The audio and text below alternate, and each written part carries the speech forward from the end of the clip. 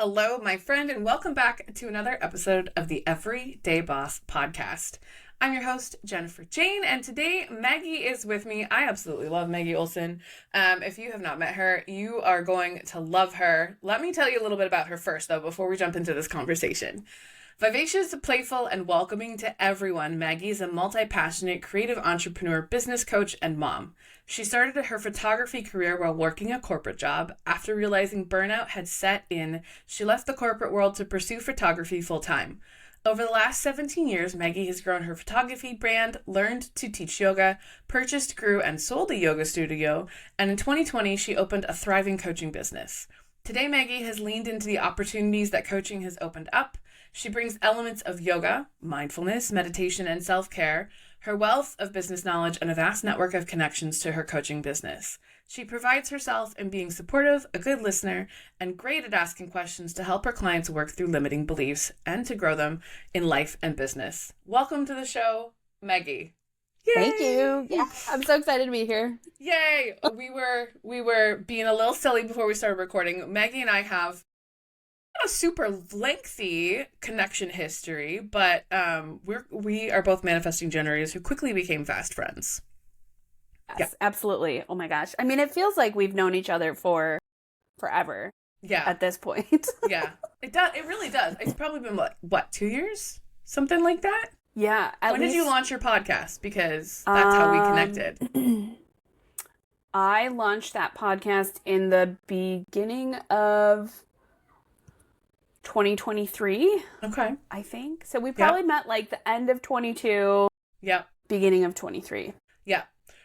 So fun fact, Maggie and I met because someone was like, or I think it was you posted in a Facebook group we were in. You're like, okay, I'm doing the thing. Yeah. I'm going to launch this podcast. Here's a form. And we had never talked. We had never connected. And I was like, I want to do podcasts. And so I just filled out the form with no context for you. And then our very first conversation was the recording episode of that podcast. And the rest is history. Yeah, literally. Yeah, I think you were you were one of the first 2 or 3 people that I interviewed for the podcast. Yeah. It's just how I roll. It's like, ooh, fun opportunities. Let's go. I don't know this person. It'll be great. But life is what you make of it. And opportunities like that are what you make of them. So that started a friendship for us. And we've been each other's great cheerleaders ever since. Yeah, absolutely. Yes, totally. It's been so fun. And I think for me, the funnest part about the online business world is making friends and connections like this, where you are kind of running your both in your both lanes, and you can be like, oh my God, you're doing the thing. You're doing it. Yeah. You're yelling from opposite sides of the track because you're doing different things, but still can cheer each other on. And I think you're such a fucking cool human doing epic shit. So yeah. Yes. Yeah. Besties. Amazing. Well, okay. So the thing that stood out for me reading your bio and that little introduction, is just how much you've accomplished in such a short amount of time as an post-corporate entrepreneur. What has been we're just jumping right in, but what through all of that has been the biggest thing that's been holy shit? Oh man. So I feel like there are a number of things that kind of stand out. I think the biggest thing for me is probably that it's okay to do your own thing. That just because somebody says you should get a job doesn't mean you have to get a corporate job. And shout out to my mom for being because I decided I wanted to be a photographer my junior year of college when I lived in Spain, right? So it was April of 2006, and I took this picture of these 3 women at the spring fair, and I sent that to her. I literally printed it out and mailed it to her because email was still technology. Kind of right? And I was like, Mom, I'm going to be a photographer. And she I remember calling her, and she was like, great. And you're almost done with college. So do you want to just finish? Do you want to just finish that? And you also have a job at a corporate job that you can walk right into. So how about you, Maybe like, don't screw this up. right, like, do the job, like, get the job and start working. You can always do, like, like, you don't have kids, so, like, there's a lot of time in your day. And I was like, oh, yeah, totally, good.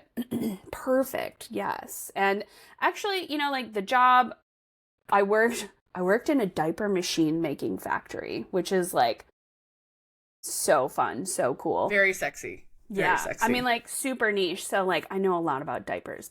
But in that job, I got to refine my photography skills. I was the photographer and videographer, and I worked in the training department.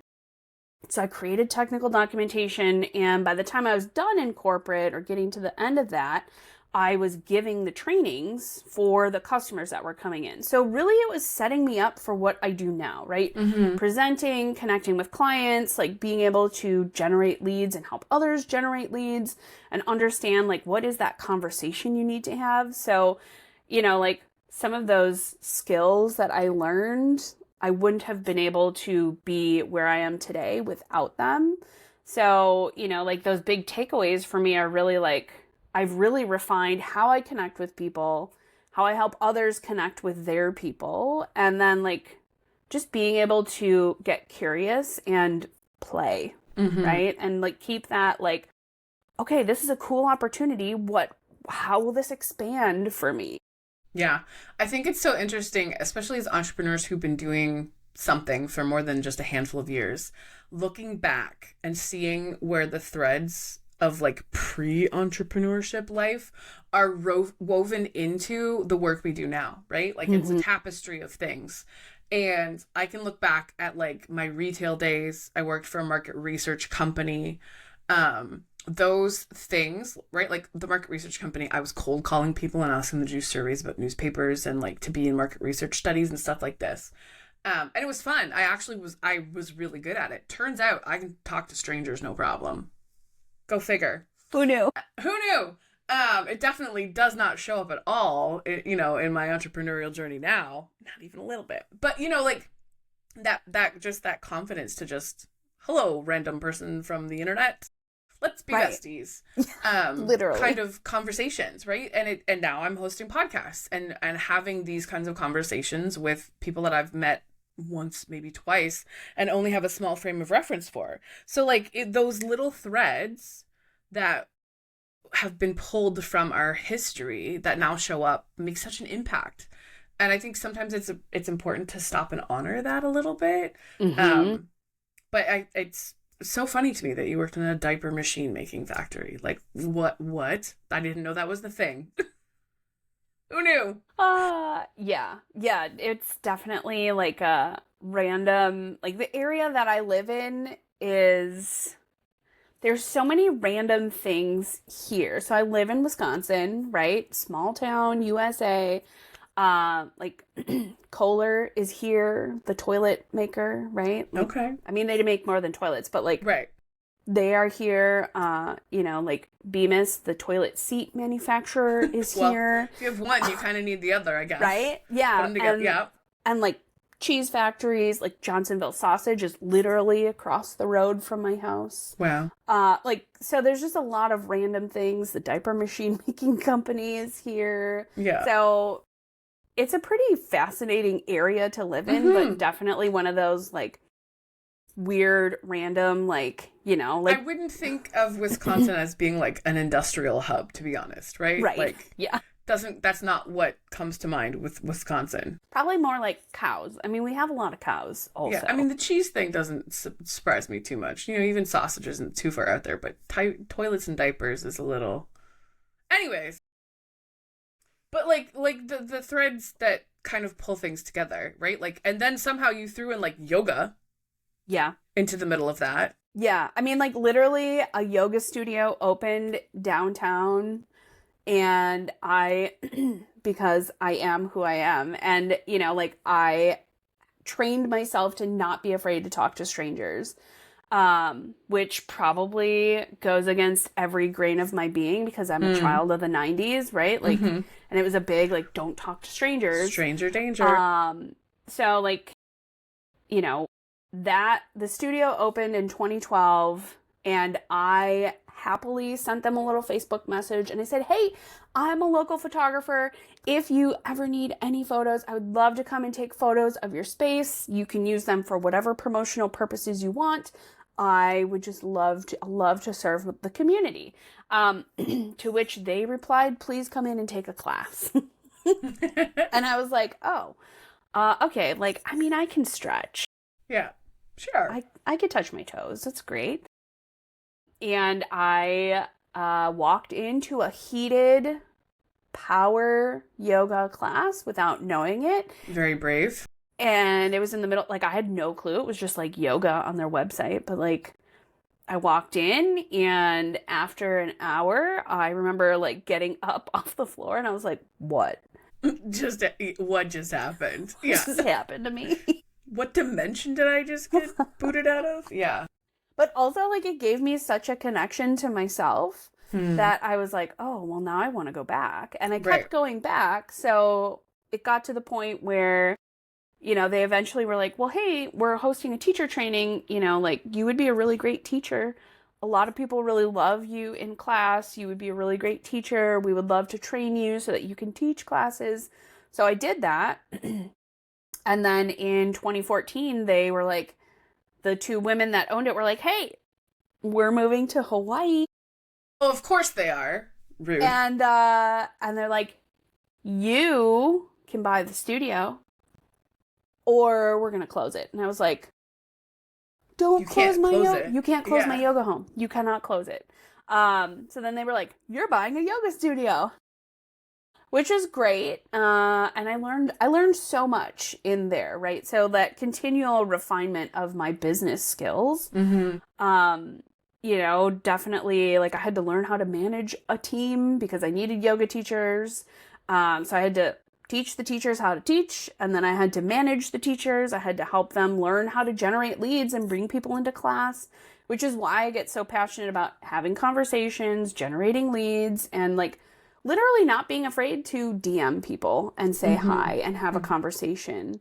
And that's a lot of what I coach and mentor on, is like how to not be afraid of the DMs, how to use them as a tool. I mean, there's a ton of other stuff that I help, but most people, when they come into working with me, that's what we're working on, is like, how can you learn how to utilize the DMs as a tool to help you either get more connections so you have more collaborations so you can get in front of warm audiences, or how can you use your DMs to create your warm audience without feeling like sleazy and like used car salesman-y.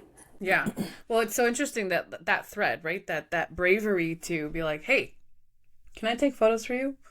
Added this whole level to your entrepreneurial journey that probably was extremely challenging, but also, like you said, has very much influenced what you're doing now and how you support. Yeah. It's just one of those things where you're like, oh man, right? Like, holy cow, Yes. Is this my life? Yeah. This gets to be my life? Yeah. And then the bravery to just say yes to opportunities, I think, is so important. Yeah, for sure. So in my human design, like I am hardwired to say yes. And I've learned this about myself. And that is one of the like best and worst things about me, because I will say yes to everything, all the things. Yep. And I think that I can do it all because I'm a manifesting generator.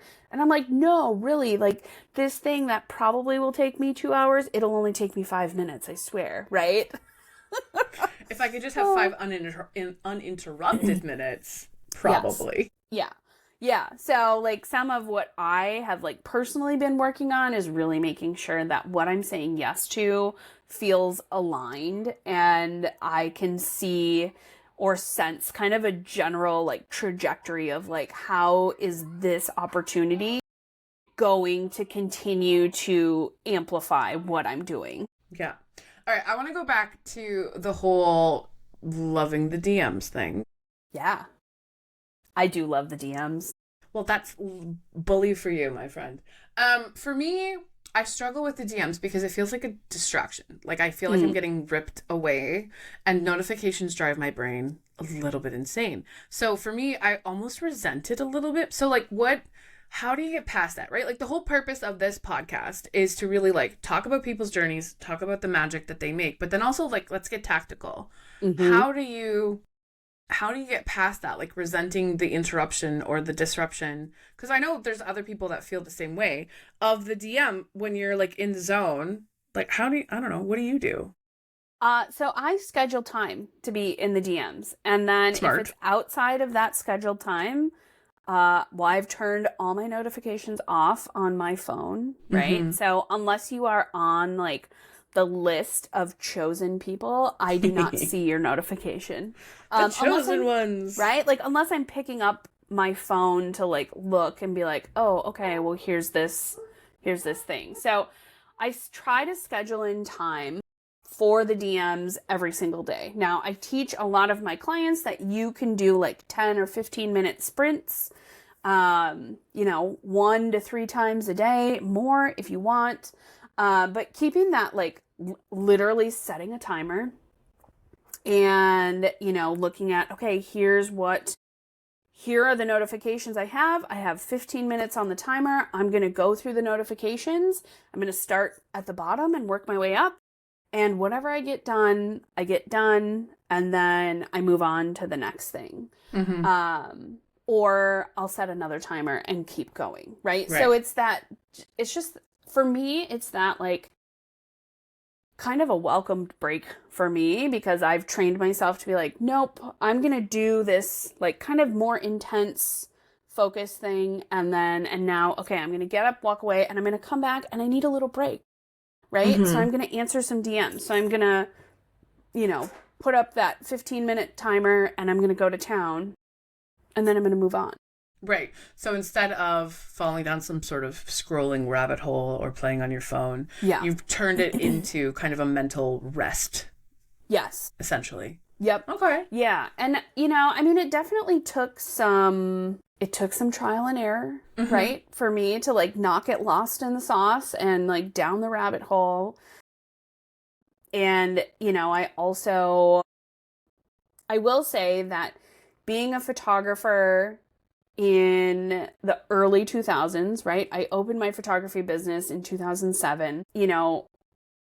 At that time, it was very popular to like, you have to answer the email yesterday. Yeah. Or you won't win the sale. So I had to train myself out of that. Right. Because, having that like, oh my gosh, this notification, that notification, right? I had to train myself out of that because that was slowly killing me.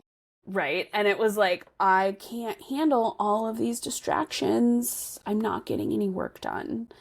So that was why I really started setting the timer and being like, okay, I'm going to take 10 minutes and I'm going to do this and then I'm going to move on because otherwise I'll get lost. Right. And I think that is really kind of for me is kind of the tipping point, especially after we had kids, right? Because now it's not just me. There's like little people that need me. Yeah. And more than I expected that, right? Like, I knew it was a lot, but also it was like, oh, because I think I can do everything. I was also like, yeah, of course I can do all this stuff, but really like, I can't. Right. So I'm hearing a couple things. I'm hearing like time blocking and using tactical tools that are tried and true, finding what works for you, right? Like, and then like retraining our thought processes. Because I went through a little bit of the same thing with the like quick to respond, but it was more from a place of like, oh my God, someone loves me, right? Yeah. Like, I need to like respond so that they keep talking to me because, right? Like I'm lonely. That was kind of like the origin stories when I was living in Texas. I was in this tiny little town and I had no friends. Mm-hmm. And I built a community for myself online. So if someone commented or like emailed me or whatever, I was like, oh my God, human connection. Yeah. Which became a habit, right? So there's like undoing habits, there's retraining our brains, there's using tried and tested tools. There was another thought I had. It'll come back eventually. But like it's a bit of finding what works, capitalizing mm-hmm. on what has worked for other people, and then really kind of turning it into your own system.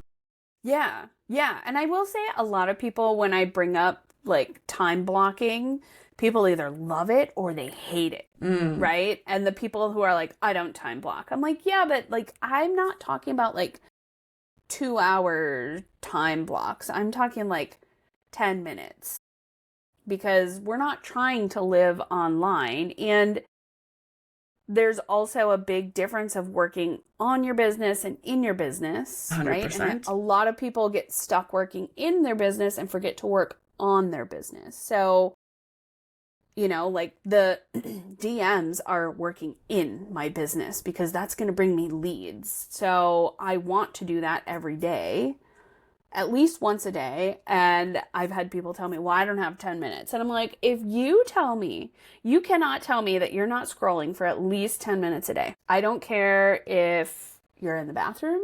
I don't care if it's before bed. I don't care if it's the middle of the night. It doesn't matter to me. But for 10 minutes of your scrolling time, set that aside to have a conversation, to reach out to someone, maybe 3 people on your friends list on Facebook or Instagram and say, hey, thank you so much for being here. I'm so glad you're on my friends list. I just wanted to check in and say hi today. And that can be the door to opening a warm lead, right? And I think that's also where people get this like, oh, I can't DM people. And I'm like, yeah, but haven't you ever said hi? Have you ever said hi to somebody like out in the wild? Right. I mean, and there's a difference between DMing someone with the intention of like exploring the opportunity to build a relationship and connection. And then there's the cold DMs where people are just clocking you over the head with like, here's my link, buy my shit. Yes. Kind of vibes. Fun fact, I actually grew my Pinterest. So when I was doing the lifestyle blog, I grew my Pinterest following to over 150,000 people simply by engaging and interacting and doing the Pinterest things in my bathroom breaks and when I was taking my dogs outside to go to the bathroom. So I'd open the door and let them run away, and I'd sit on the porch for the 3 to 4 minutes for them to do what they needed to do, and I would do Pinterest things. Same with when I went to the bathroom, right? You're gonna sit there anyways, might as well make the most of it. And those, like, you know, cumulative, like, we'll say like 25 to 30 over the course of 24 hours. Yeah. Within 3 years, had me positioned as one of like the leading Pinterest lifestyle people for a very long time. Yeah. And it was consistent daily activities where I wasn't like doing like that weird follow unfollow thing. I was following people that made sense, pinning stuff that made sense. And because I was like supporting the ecosystem of the platform, which is always what you do regardless of the platform, I was finding content that people loved and resharing it, and then they'd share my stuff, and then they'd follow me, and it had built into like this juicy like little ecosystem thing that was working. So when I did share something that was mine and relevant, it popped off, and it was great. And it still has benefits for me even now, like, you know, 12 years later after like I invested all of that time. The same has to be true for investing into any sort of relationship building activity. Yeah. I can categorically say it's true for any relationship building activity. I just haven't personally experienced it in the DMs because I run away because I'm like, no, don't talk to me. I'm doing things right now. I really think that just setting aside, even if it's like 1 or 2 days a week, right? I think that will help. Start small. Start small. Start with like 10 minutes, 2 days a week. And like, don't make it a big thing. You know, like with any habit, obviously if you do it every day for 10 minutes, it might catch on faster. But if you feel a big aversion to it, start small. You know, even 10 minutes, 1 time a week, right? Yeah. Just to go into your DMs and be like, who is in here? And, you know, you don't have to like go all the way to the very last like unread message. You could totally start from the top, right? And be like, oh, hey, cool. This person's talking to me. Great. Yeah. I'm just going to see how they are and be like, hey, sorry, I didn't answer you sooner. Like, how are you? I love this thing that you sent me, or whatever it is, right? It doesn't have to be this big, like, I think our brains sometimes really want it to be this like, oh my God. Especially if you're a manifesting generator. Oh yeah. Yes. Yeah. 100%. Everything is a thing when you're manifesting a generator. Right. Yes. And I mean, I definitely did not always love the DMs, right? Because when I came into coaching, it was still like in 2020, 2021, you could kind of just put a link out there and like say, hey, I made this thing, and people would click the link and like do your thing, whether that was paid or free. Like that was still very much a thing. But it very quickly ended like I would say the end of 2021. That was starting to like, I mean, to me, it felt like cutting off an arm. Right. Right? Because it was like, well, my coach is telling me that all I have to do is post these links and the links aren't working. Mm-hmm. Like people aren't clicking the links like you said they would. Why isn't this working like you said it would? What is going on? So I kind of had to find my own way, and I happened to connect with a coach who was like, the DMs are a really great tool, especially if you are, if you're selling high ticket coaching. It's a great way to qualify your leads. It's a great way to gain rapport with your leads. It's a great way to not spend 100 hours a week on random ass calls. Like, I mean, right. Don't get me wrong, like I love them, but also if you're going to make money and you have a life outside of your business, being able to say, okay, I have, 10 sales call spots on my calendar this week. I want at least 2 of them to be a winning sale. How can I pre-qualify these people in a way that doesn't feel like icky? Right? Yep. So utilizing your content and then the DMs to qualify people can really make that process a lot faster, which for a manifesting generator, we love a process that's like, oh my God, this is speed. Working. Yes. Yeah, our brains love speed, and it can be a quick hit, right? Something I learned recently that I've been implementing in how I time block is it's less about the amount of things I can get done and more about staying focused during the time, right? So instead of being like, this is my list of 82 things I have done and I have like a work block for 3 hours, I'm going to try to get through all 82 things.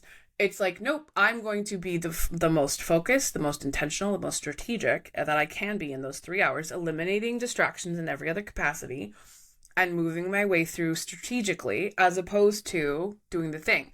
The other place that this takes place in my business and has created an impact is doing the relationship building things that I do other than DMs. So, like the connecting with people on Instagram, setting up coffee chats, engaging in other Facebook spaces. Mm-hmm. I set a timer and I say, okay, I'm doing this for 20 minutes and I'm not doing anything else. 25 minutes works really good. There's the sciencey Pomodoro stuff for that. But, being very intentional and saying, this is my Facebook block and I'm only doing Facebook group things. Mm-hmm. I've got my bestie in ChatGPT to help me be effective and efficient and like cohesive with answering and responding or asking good questions. Helps me get out of my own head. And I can move through things very quickly. The same when I'm trying to like engage on Instagram, I work through my followers list and I'm going through and leaving comments on their stuff and connecting with people who already like, know, and trust me to build the relationship, to take it further, right? If they liked me enough to follow me, then they're going to love me if I'm actually like supporting what they're doing in their work. Yeah. But putting it as the goal is the time, not the number. The goal is the time, not the number of people I'm connecting with or the number of activities I'm doing. Mm-hmm. Do I gamify it by writing like little tick marks for every comment and thing? Yes, maybe. Because that's how my brain works. But you don't have to. It's more just being like, okay, I talked to 14 people in those 20 minutes. Fuck yeah, look at me. I'm going to do 15 tomorrow.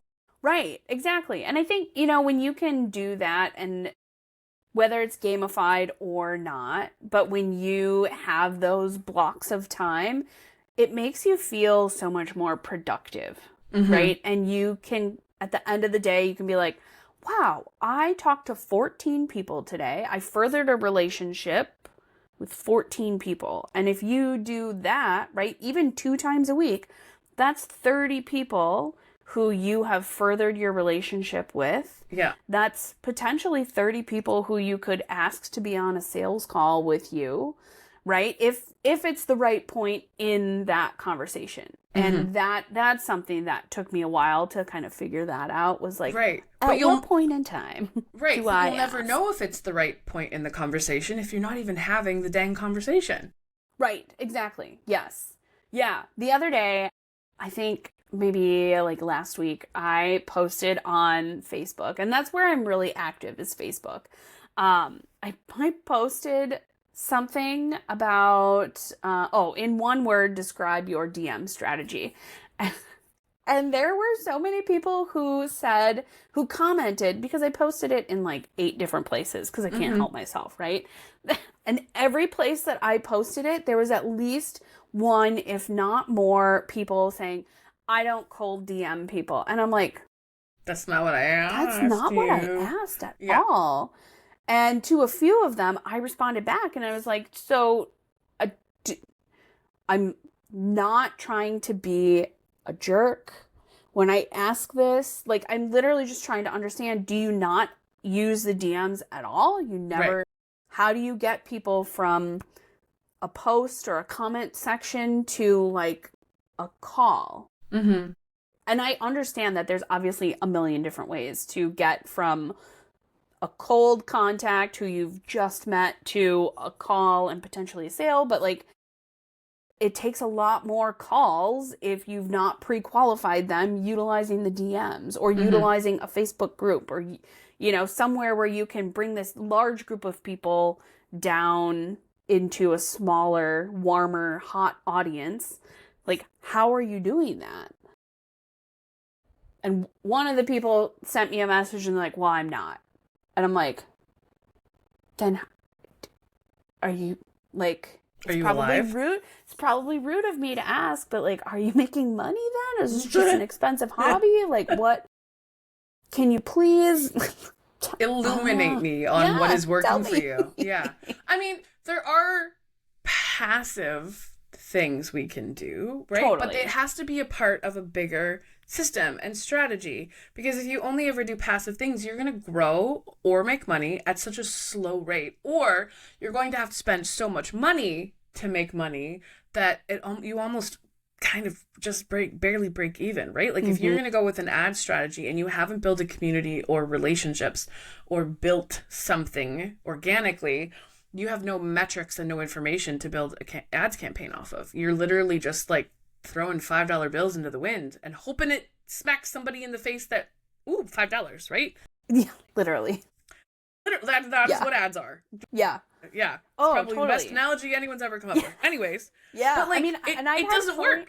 Right. And I've had clients who are like, I was just talking to an ad specialist and I think I'm going to invest in ads instead of like coaching or mentoring with you. And I'm like, wait. Okay. Like, obviously do whatever you want. That's fine. That's fine. But like, before you go and invest that money, whether or not you invest with me or not, I want to ask this question and I want you to be brutally honest with yourself. Have you gotten this system, this offer to convert prior to running ads? And if the answer is no, then ads are going to be a very expensive experiment for you, because... Well, and it's important to note too that when we talk about has it converted, we're not talking about some sort of beta test offer that you reduced by like $20,000, right? You're not knocking 90% off. And it's not a friend or family member who's like, oh, I'll buy your thing, right? It's actually converted to someone who is your ideal client, who is willing and has paid you at least 50% or more of what your selling value is. That is what a true conversion is. It cannot just be like a founding member price thing. It's $3 a month. That doesn't count. Yes, exactly. And I mean, really for most entrepreneurs, and I know like the stat for like the amount of entrepreneurs who like they start a business and then they're like, this is too hard, right? I mean, it's a huge, I mean, I think it's like 90% of entrepreneurs don't make it past like 3 or 5 years in business. And, you know, this kind of goes back to being willing to be curious and playful and experiment and like get in there and actually do the work, right? To show up those 10 minutes a day in the DMs. And even though you're terrified that someone might tell you no, or might tell you to, you know, go fly a kite, like, what are you trying to do? Whatever. You have to be willing to like take those steps to see who's out there before you can be like, nope, this is too hard, right? Like, if I would have done that, like, I would still be working my crappy corporate job. Yeah. And Really. that's not fun for anyone, because then you're living a life that wasn't truly meant for you. Not that there's anything wrong with corporate, like, let's be clear. Right. But entrepreneurship is not for everyone. In fact, there's some research out there that shows if you are an entrepreneur, you're probably also a little touched in the head. Yes. Legitimately, our entrepreneurs' brains are wired differently. They just are.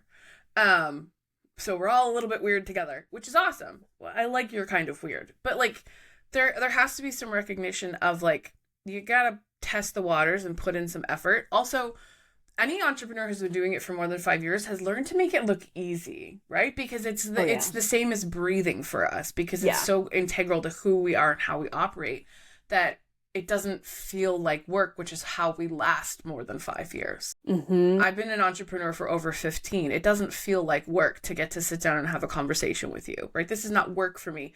Is it actually work? Yeah. There's things that have to be done. But like, the things that happen in the background that allow us to do the work that we love and show up in our zone of genius and shine in those moments is what gives us the energy and the vitality to like push through the, oh my God, I have to send another DM. Yes. Yes. Yeah. That is, and that's so true, right? There are times where I'm like, man, I've been in business for 17, almost 18 years. Like, that feels, We're grandparents. I know, which is, you know, when I've had people ask me, oh, well, how long have you been in business? And I'm like, which one? Right. Because there have been 3 and about 1 million different iterations, like, of what all of Only them have 3? looked like. Are you sure you're a manifesting generator? Okay, there's 3 businesses, but like the iterations of like what those businesses are. Oh yeah, there's so much. If there's one thing manifesting generators are good at, is it's evolving and quick pivots. Yes. Sometimes to our own insanity, but that's a different conversation for a different day. Amazing. Maggie, I know you have a lot of stuff going on in your business. What's happening next for you? What is where your focus and energy is going, and how can the listeners connect with you? Yeah, so I would say the best way to connect with me is either to friend me on Facebook. Get in the DMs. Yep, get in my DMs. And or join my free Facebook group. It's called Thrive and Lead Entrepreneurs. So in there's tons of stuff happening. There's workshops that happen from some of the members, myself included. There's stuff about the summits, the speaking summits that I host and co-host. There is stuff about some of the memberships that I have.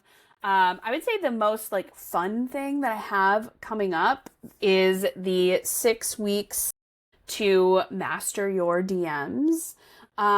So it is a 6-week group program, and we're going to work on getting you in the DMs and work on like, how do I know what to say? How do I know who to connect with? Like, how do I optimize my Facebook profile or my Instagram profile so that when people go, they actually know what it is that I do. Right.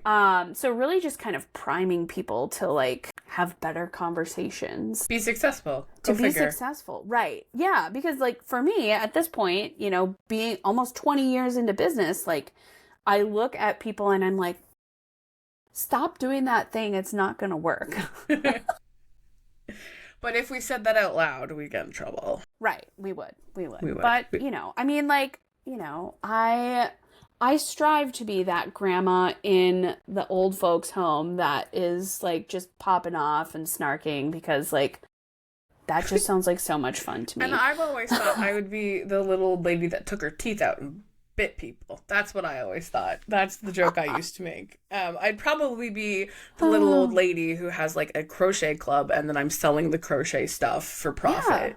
Here's some yarn, crochet me some stuff. I'm a profit off of it now. A little grandma sweatshop with crochet stuff happening in the nursing home is probably my future. I will find a way to monetize it. Let's just be honest. Yes. Amazing. Well, I'm so excited you were able to join me for an episode of the Everyday Boss podcast. Thank you so much for being here. I love you so much, and I'm always thrilled when we get to have a conversation and support each other publicly in business, not just behind the scenes cheering each other on and, staying on top of what's happening in our world. So I really appreciate it. Awesome. Well, thank you so much for having me. And as always, it's so great to chat with you. Thanks, Maggie. All right, everyone. Love you. Do the thing. Go like, share, follow, subscribe, and then go build your business. Go build your empire.